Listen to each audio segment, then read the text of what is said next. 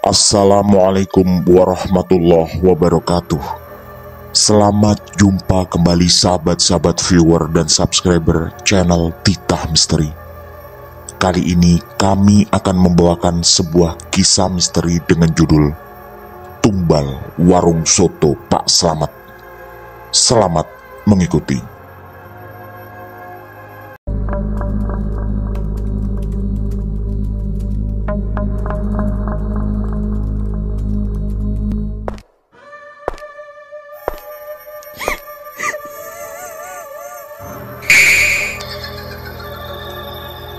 Jangan pernah mengikuti kisah ini sendirian.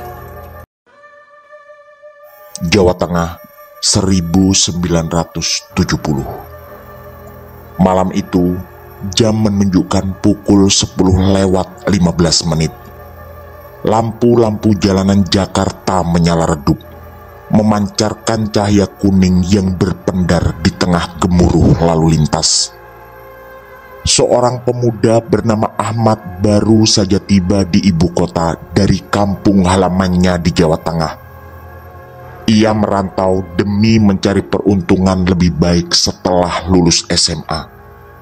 Dengan kantong tipis, ia berharap bisa mendapat pekerjaan yang layak di kota besar. Jakarta tahun 70-an penuh dengan hiruk pikuk dan kesibukan yang seakan tiada henti. Tapi di balik gedung-gedung tinggi dan kemewahan, ada cerita-cerita yang tersembunyi di balik bayang-bayang malam. Ahmad menemukan tempat tinggal sederhana di sebuah rumah kos di daerah Kramat. Di sana, dia berkenalan dengan beberapa penghuni lain yang juga merantau.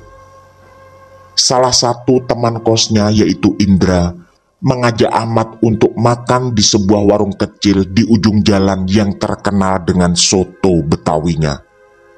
Tanpa pikir panjang, Ahmad mengikuti.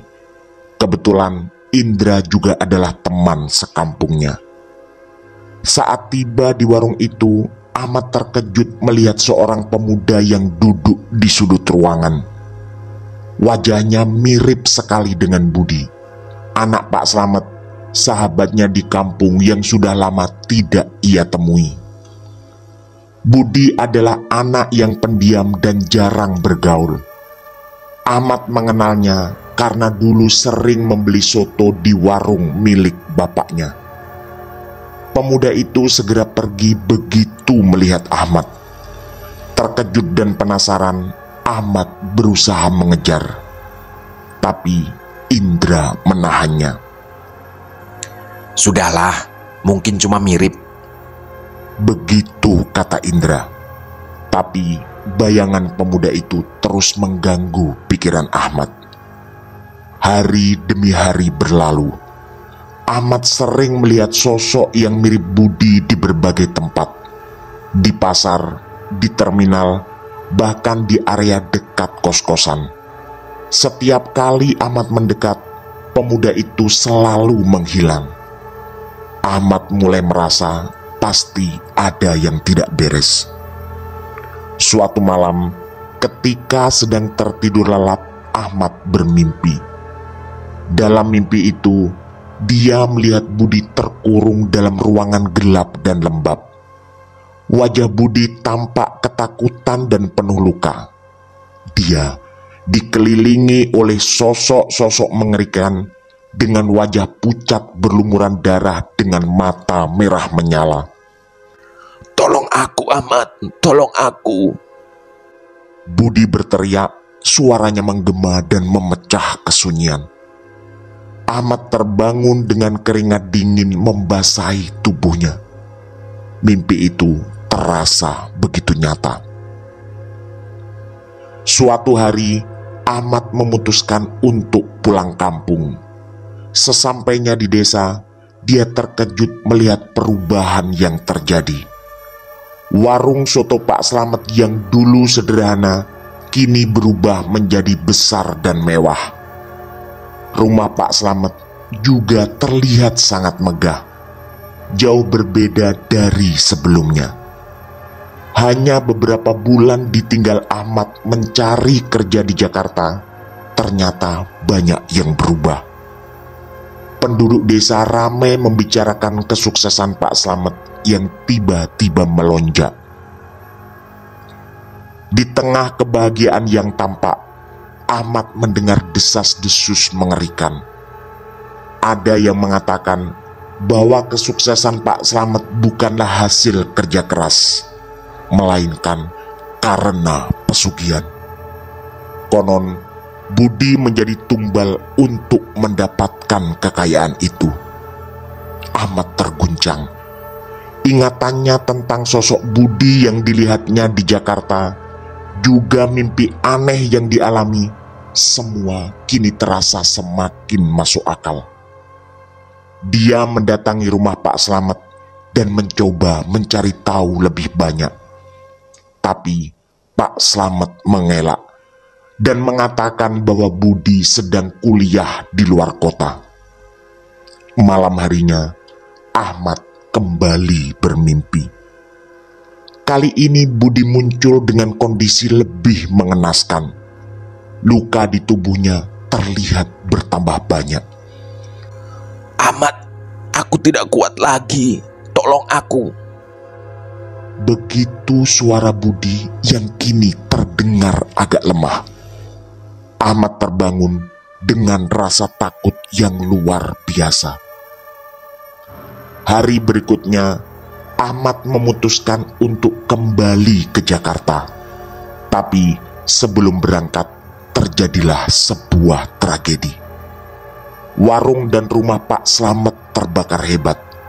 Kobaran api melahap semua yang ada, meninggalkan kepulan asap hitam yang tinggi membumbung.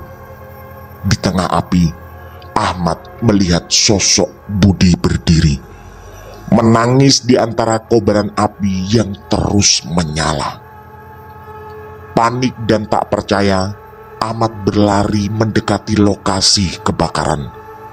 Tapi langkahnya terhenti karena merasakan hawa dingin yang tiba-tiba menusuk. Meskipun api masih berkobar, Ahmad melihat mata Budi yang penuh dengan kesedihan dan penderitaan, seolah meminta bantuan terakhir. Penduduk desa berusaha memadamkan api, tapi usaha mereka sia-sia. Ahmad menyaksikan dengan hati yang berdebar kencang. Di balik kerumunan orang yang panik, dia bisa merasakan kehadiran sesuatu yang jahat. Aura gelap yang menambah suasana mencekam. Sementara itu, Indra yang juga mendengar kabar kebakaran bergegas menuju tempat kejadian. Saat bertemu Ahmad, Indra merasa ada yang aneh. Wajah Ahmad tampak pucat dan pandangannya kosong. Ada apa, Mat? Kamu baik-baik saja? Begitu tanya Indra penuh kekhawatiran. Ahmad hanya menggeleng pelan dan masih terguncang oleh kejadian yang baru saja dilihatnya. Kebakaran yang terjadi begitu cepat dan misterius membuatnya semakin yakin bahwa ada sesuatu yang sangat tidak beres dengan Pak Slamet dan kekayaannya. Ketika api akhirnya padam, puing-puing hangus dari rumah dan warung Pak Slamet menghitamkan tanah. Di antara reruntuhan, tidak ditemukan jasad Pak Slamet atau istrinya. Semua orang bertanya-tanya kemana mereka pergi. Tapi di sudut pikiran Ahmad, dia menduga bahwa mereka mungkin sudah menerima balasan atas perbuatannya. Banyak spekulasi mengatakan bahwa Pak Slamet dan istrinya mungkin sudah pergi. Selain karena tuduhan pesugihan makin kuat, mereka sebenarnya adalah pendatang di kampung ini. Dugaan itu menjadi semakin luas karena tak ada tanda-tanda apapun keberadaan Pak Slamet setelah kebakaran. Ahmad lalu memutuskan untuk tetap di desa beberapa hari lagi. Setiap malam, dia mendengar suara-suara aneh dari arah bekas warung yang terbakar. Tangisan, rintihan, dan bisikan samar membuat bulu kuduknya merinding. Suatu malam, ketika ia tidak bisa tidur, Ahmad memberanikan diri untuk mendekati lokasi bekas kebakaran. Dengan hati-hati, dia melangkah melalui jalan setapak yang remang. Bau asap dan arang masih terasa di udara. Ketika sampai di depan bekas warung, terlihatlah bayangan samar Budi berdiri di antara puing-puing. Ahmad berusaha memanggilnya dengan suara bergetar. Bayangan itu menoleh dan memperlihatkan wajah Budi yang tampak lebih jelas. Wajah itu penuh penderitaan dan keputusasaan. Lagi-lagi dia meminta tolong. Suaranya terdengar lirih namun cukup jelas. Ahmad merasa hatinya terhimpit oleh rasa bersalah dan ketidakberdayaan. Dengan gemetar, Ahmad mencoba mendekati. Tapi setiap langkah yang diambilnya seolah semakin memperlebar jarak antara mereka. Budi semakin menjauh hingga akhirnya menghilang di balik bayangan malam. Pagi harinya, Ahmad mendengar cerita dari seorang sesepuh desa tentang sejarah kelam keluarga Pak Slamet. Ternyata, rumor tentang pesugihan telah lama menjadi bisik-bisik di kalangan penduduk. Pak Slamet dikenal sering melakukan ritual aneh di tengah malam, dan Budi dulu sering terlihat murung dan ketakutan. Semua mulai makin masuk akal bagi Ahmad. Semua petunjuk yang ia dapatkan selama ini mengarah pada satu kesimpulan yang menakutkan. Ahmad merasa harus melakukan sesuatu untuk membantu jiwa Budi yang terperangkap. Dengan bantuan sesepuh desa, dia mencari cara. Mereka melakukan ritual semacam pembersihan di lokasi bekas warung dan berharap dapat membebaskan Budi dari penderitaannya.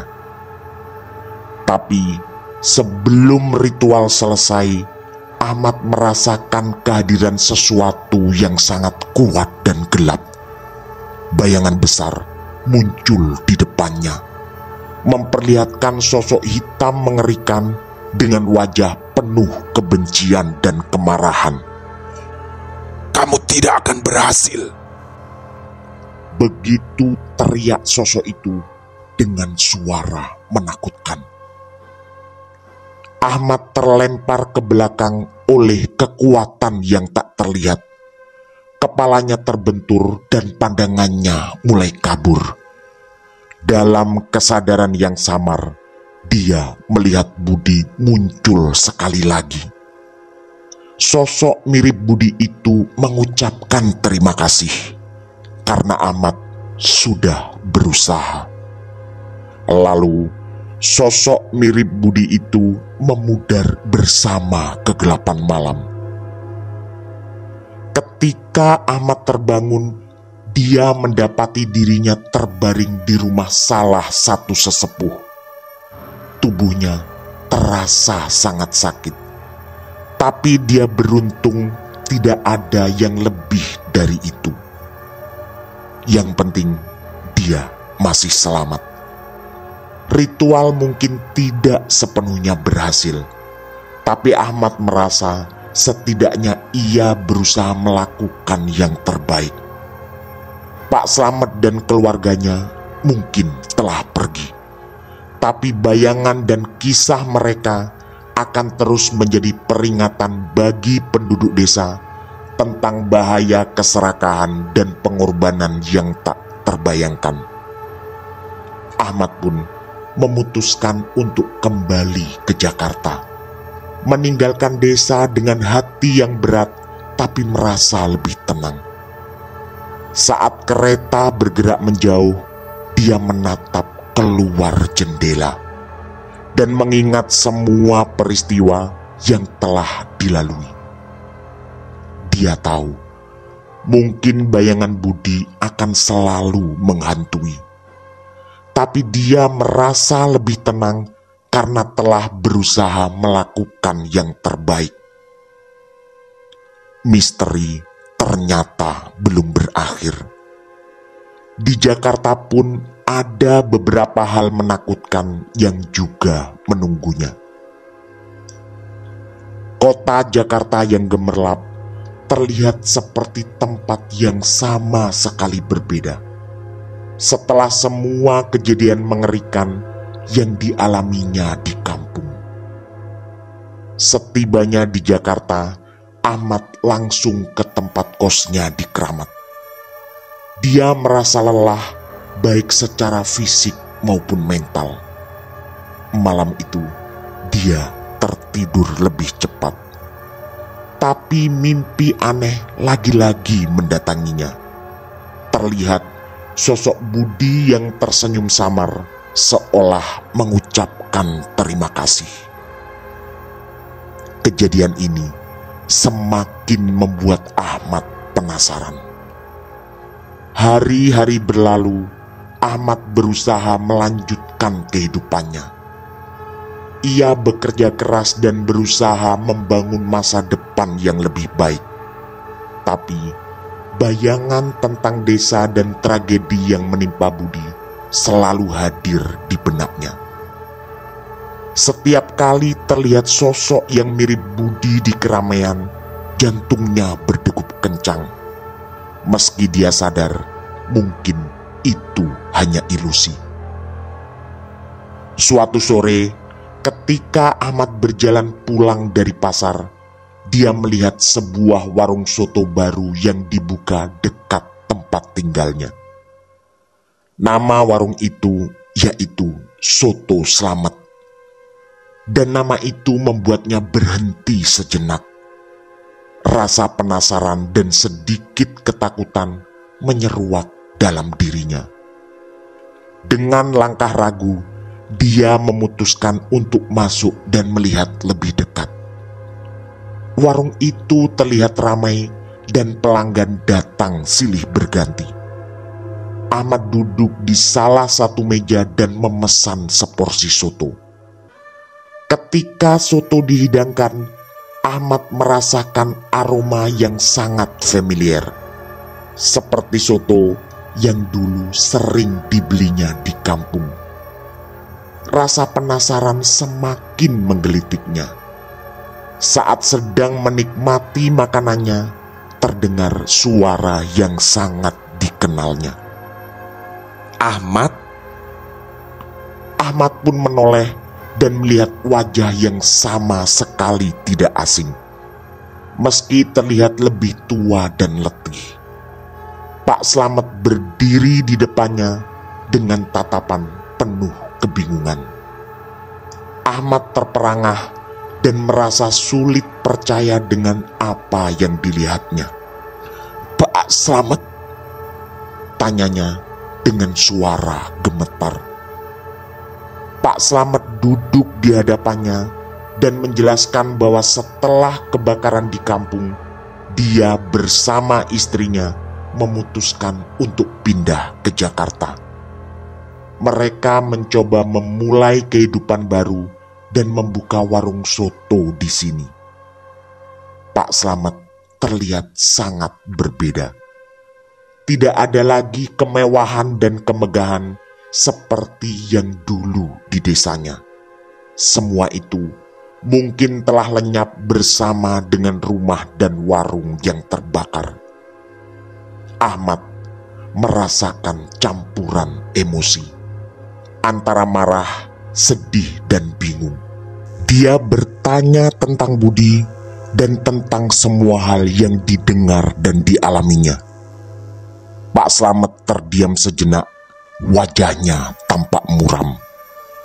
Lalu setelah berbisik bersama permintaan agar rahasia ini dijaga, Pak Slamet mengakui bahwa keserakahan telah membawa malapetaka bagi keluarganya. Budi memang menjadi korban dari kesepakatan gelap yang dilakukannya. Malam sebelum kebakaran, Budi muncul dalam mimpi saya. Dia menangis dan mengatakan dia tidak kuat lagi. Begitu kata Pak Slamet dengan suara serak. Lalu dia merasa menyadari bahwa kesalahannya terlalu besar. Kehilangan Budi ternyata jauh lebih menyedihkan, dan itu pasti adalah hukuman atas apa yang telah dilakukan. Ahmad merasakan simpati dan kemarahan sekaligus. Dia tahu bahwa Pak Slamet mungkin telah membayar harga yang mahal untuk keserakahannya. Tapi rasa sakit yang ditinggalkannya pada Budi dan dirinya tak mudah dilupakan. Lalu, dengan suara pelan, Ahmad juga bercerita bahwa Budi sering muncul dalam mimpinya sambil meminta tolong dan menangis penuh kesedihan.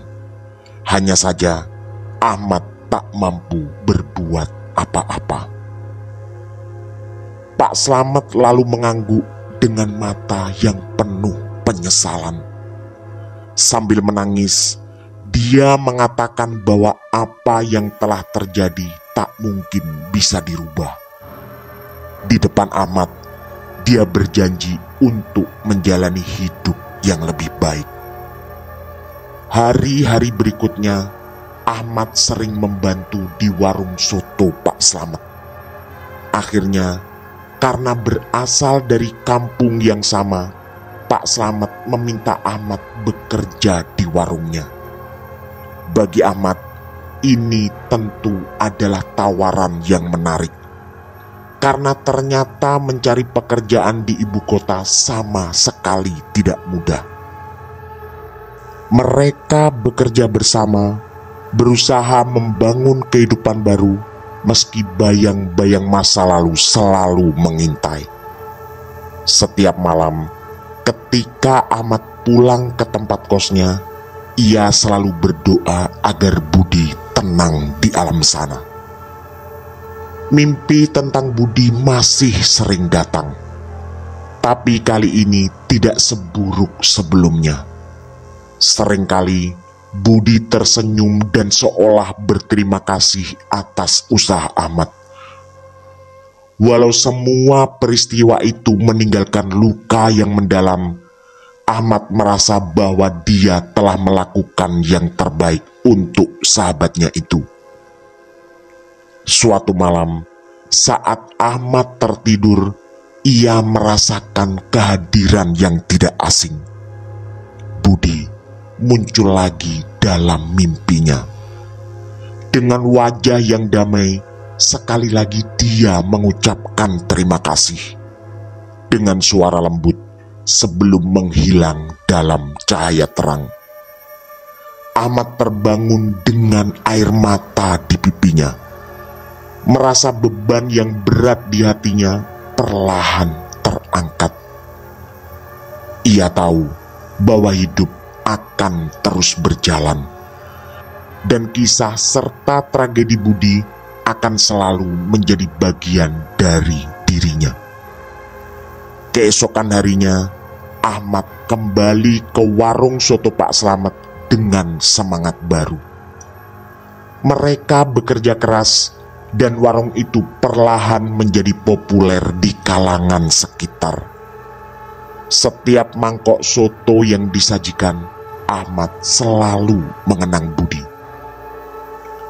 Hari-hari berlalu, dan popularitas warung tersebut semakin meningkat. para pelanggan mulai mengenal dan menyukai cita rasa soto buatan mereka.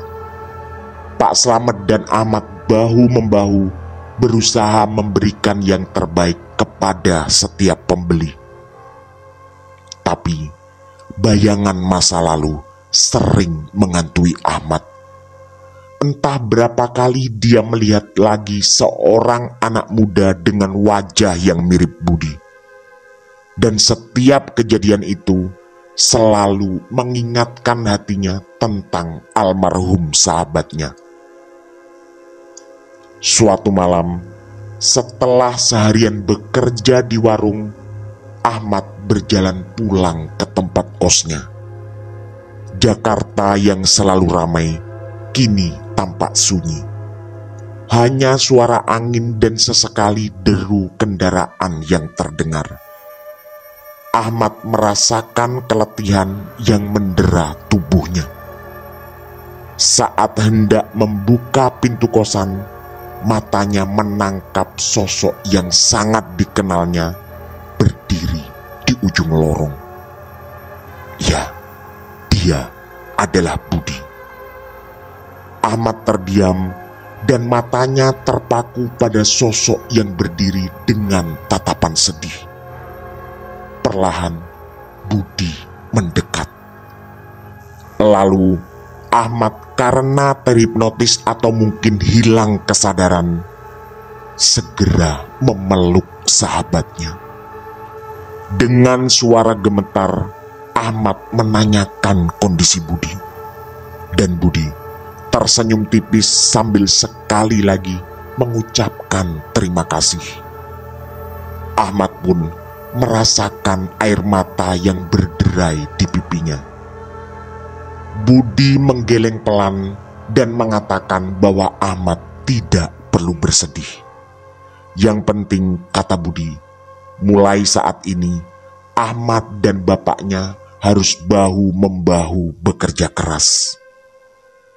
Sosok Budi perlahan memudar, meninggalkan Ahmad dengan perasaan lega dan damai yang belum pernah dirasakan sebelumnya. Mungkin ini adalah perpisahan terakhir. Keesokan harinya, Ahmad bangun dengan semangat baru lagi. Dengan senyum merebak, dia berangkat ke warung. Pak Slamet melihat perubahan pada diri Ahmad dan sepertinya ikut merasa senang. Pak Slamet pun bertanya tentang kenapa Ahmad tampak berbeda. Dengan tersenyum, Ahmad menjawab bahwa dia merasa lebih baik dan meyakini bahwa Budi sudah tenang sekarang. Pak Slamet terdiam sejenak dan sambil menangis dia pun mengangguk pelan. Lalu mengulangi lagi penyesalan yang sama atas keserakahan yang telah meminta korban anaknya. Hari-hari berlalu dan warung soto Pak Slamet semakin berkembang. Mereka berdua bekerja keras dibantu juga oleh istri Pak Slamet. Dan Ahmad mengatakan pada Pak Slamet warung itu harus ke puncak kesuksesan tanpa harus mengorbankan apapun selain kerja keras dan doa. Dengan semangat baru, Ahmad melanjutkan hidup, membawa kenangan dan pelajaran yang didapat dari kisah tragis yang mengorbankan sahabatnya. Ahmad berdiri di depan warung soto yang kini ramai dengan pelanggan. Tatapannya melihat ke arah langit. Dia tersenyum dan berharap andai Budi bisa melihatnya entah dari mana, sahabatnya itu juga akan ikut tersenyum dalam kedamaian. Suatu hari, ketika Ahmad sedang duduk di sudut warung sambil mengamati keramaian, seorang wartawan muda menghampirinya.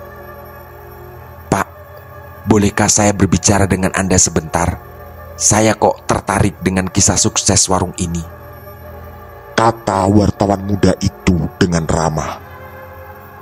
Ahmad mengangguk dan mempersilahkan wartawan itu duduk. Dia mulai menceritakan kisah hidupnya, bagaimana dia merantau ke Jakarta, serta pengalaman-pengalaman misterius yang dialami, serta bagaimana akhirnya mengambil alih warung soto dari Pak Slamet. Tak lupa, Ahmad juga menceritakan bahwa warung soto ini dulunya adalah milik Pak Slamet. Dan setelah meninggal sekitar 2 tahun lalu, Ahmad pun mengambil alih warung ini. Istri Pak Slamet sendiri telah pulang kampung di suatu kabupaten di Jawa Tengah. Selain itu, Ahmad juga menceritakan hal-hal mengerikan tentang Budi sahabatnya. Cerita itu sengaja disisipkan sebagai bagian penting yang memang tak bisa terpisahkan. Jadi, siapa yang sebenarnya menceritakan semua ini awalnya, Pak? Begitu tanya wartawan itu dengan penasaran. Ahmad pun tersenyum dan lalu mengatakan, "Saya, Ahmad, yang menceritakan kisah ini. Semua yang Anda dengar barusan adalah bagian dari perjalanan hidup saya. Seorang pemuda perantau dari desa hingga menjadi pengelola warung soto ini. Kini usia saya hampir 50 tahun, Mas. Meskipun banyak yang berubah, kenangan tentang sahabat saya akan selalu menjadi bagian dari diri saya." Wartawan itu menatap Ahmad dengan kagum. "Apa yang Anda lakukan sekarang selain mengelola warung ini?" Ahmad lalu menjawab dengan serius, "Saya terus mengelola warung ini dengan cinta dan dedikasi, Mas. Saya juga sering berbagi cerita ini dengan para pelanggan, terutama mereka yang merantau dan datang ke Jakarta mencari peruntungan. Saya berharap kisah hidup saya bisa menjadi inspirasi bagi mereka untuk tidak menyerah dan selalu berusaha menjalani hidup dengan jujur dan tulus. Saya juga selalu menekankan, jangan sampai terjerumus dalam langkah-langkah sesat." Ahmad lalu menceritakan pula bahwa selama bertahun-tahun Pak Slamet benar-benar menaruh kepercayaan tinggi padanya. Dan itu menjadi modal penting yang harus dijaga dengan segenap kemampuan sebelum akhirnya mengambil alih warung ini. Wartawan itu mendengar dengan antusias. "Terima kasih, Pak Ahmad. Kisah Anda saya yakin sangat menginspirasi. Semoga banyak orang yang tergerak setelah membaca cerita ini." Ahmad pun tersenyum hangat. Dia berharap melalui cerita ini, dia bisa menghormati kenangan tentang Budi dan menunjukkan bahwa tanpa jalan-jalan yang sesat pun, semua orang punya peluang untuk sukses. Wartawan itu berpamitan dan meninggalkan warung dengan senyum puas. Ahmad yang kembali mengamati warungnya yang ramai, merasa bersyukur atas segala yang telah dicapainya. Meskipun bayangan masa lalu akan selalu ada, dia tahu bahwa Budi telah tenang di alam sana. Demikianlah, di balik hiruk pikuk Jakarta, sebuah warung soto menjadi saksi bisu dari sebuah kisah penuh misteri, juga penyesalan, dan tak lupa harapan baru. Ahmad, ketika abad telah berganti, di usia hampir 50 tahun, terus melangkah ke depan dengan semangat tinggi, membawa kenangan dan pelajaran sebagai panduan dalam setiap langkah yang diambil. Tamat. Demikian kisah misteri dari kami, Tumbal Warung Soto Pak Slamet. Semoga kisah-kisah kami cukup menghibur dan menemani sahabat-sahabat semua. Mohon maaf apabila terdapat kesalahan dalam pemilihan atau penuturan kata. Kami dari tim Titah Misteri mengucapkan terima kasih.